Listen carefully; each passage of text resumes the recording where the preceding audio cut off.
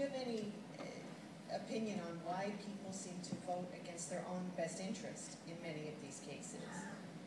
The union busting and organizations that are helping the middle class and strengthening the working class, and yet there's this anger against them now.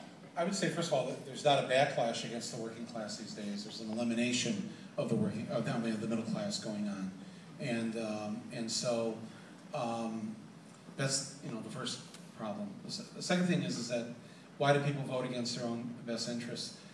I think that's always been the result of ignorance.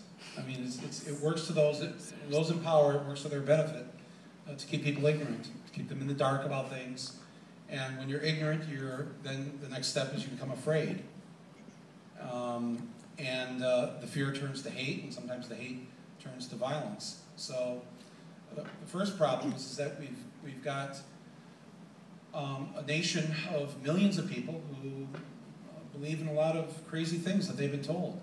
And then everything kind of flows from that. And if you believe that Adam and Eve rode on dinosaurs 6,000 years ago, then it's kind of like, what do you do with that? Where do you go? That person, I feel like what documentary filmmakers need to see themselves as is that, when your child is scared to go to sleep because she believes there's a monster in the closet in her room, she's afraid because she's ignorant. She doesn't know that there is not a monster in the closet. So how do you solve that problem? How do you get her to sleep? You open the closet door and you turn the light on. And you show her there's no monster. And then she relaxes and goes to sleep. You may still have to leave the light on, but she goes to sleep.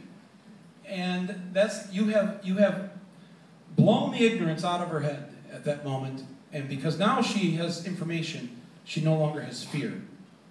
And I think that I think this is a big problem we still deal with. The fact that Mitt Romney could be dead even right now with Obama in the polls, even though I saw one of his approval ratings, it was like 35%, and yet he's got 47, 48% in the polls right now.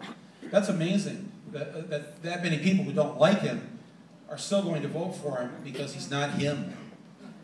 And I think that it's just very interesting to watch people who are afraid of Obama and why they're afraid of him.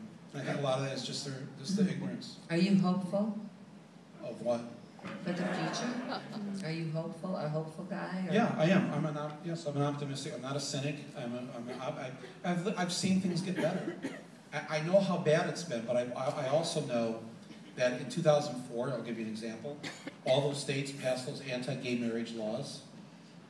And I thought, oh my God, this is the way it's going to be like for the rest of my life, this kind of hatred and bigotry toward gay people. And then this past September, for the first time in the poll, 54%, a majority of Americans said that gay marriage should be the law of the land. So it's changed in just 8 years, that particular thing. So things do get better. The next generation, your kids, my kids, and the kids that they will have, they are going to make this a much better place. Because, if you have kids now, they're not bigots, are they? They're not homophobes, for the most part. I think it's, and so even though we as baby boomers have completely screwed it up for them, and we're leaving them the world in worse shape. The one thing we have done is we've raised a good group of kids, I think, and they will be all right.